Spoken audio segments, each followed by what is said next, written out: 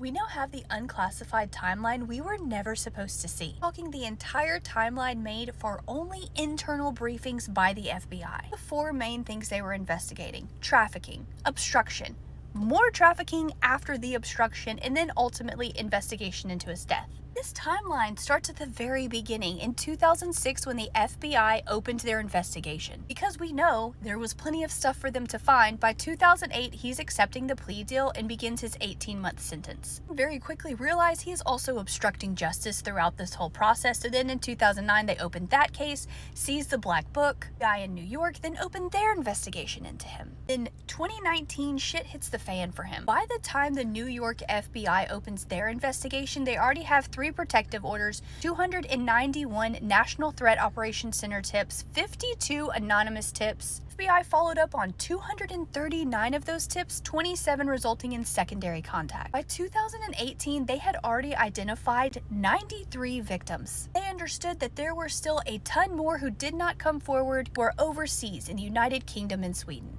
At this point, they had already seized 153 pieces of evidence. The number quickly jumped into the millions once we get into 2019. Why?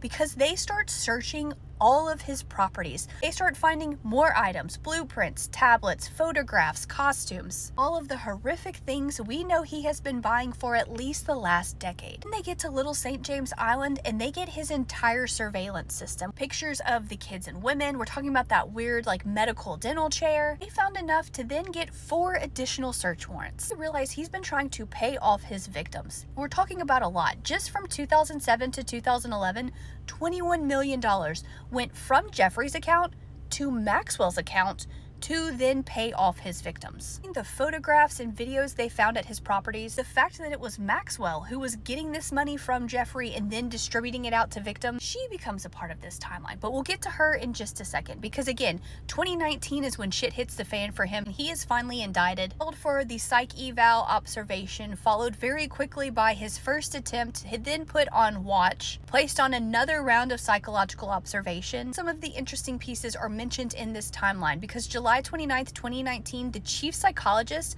approves that he's fine. He can be removed off of the watch. He then gets a new cellmate, and then August 9th, that cellmate is released. August 10th is when it happens. This is when the FBI opens a whole additional part of their investigation. Here's where we get to Maxwell, because she has had enough ties and proof that she was not only a part of it, but a very knowing and willing participant. She then gets indicted in 2020, followed by her arrest in New Hampshire, 2021. Trial begins and she is convicted. They include that she is then sentenced to 20 years in 2022. She tries to appeal. The appeal is denied. This is where we know that we have been being lied to, and lied to hard, because within this timeline, they literally talk about the amount of images, over 1 million images and videos extracted from his devices, 34,000 marked responsive. Only 9% of what they found being personal and generic materials. Mentioning that the forensic tool that they used to investigate the child aspect of this abuse marked these images as known series. Keep in mind that these dates just prove that these powerful men who were sending emails, who were hanging out with him,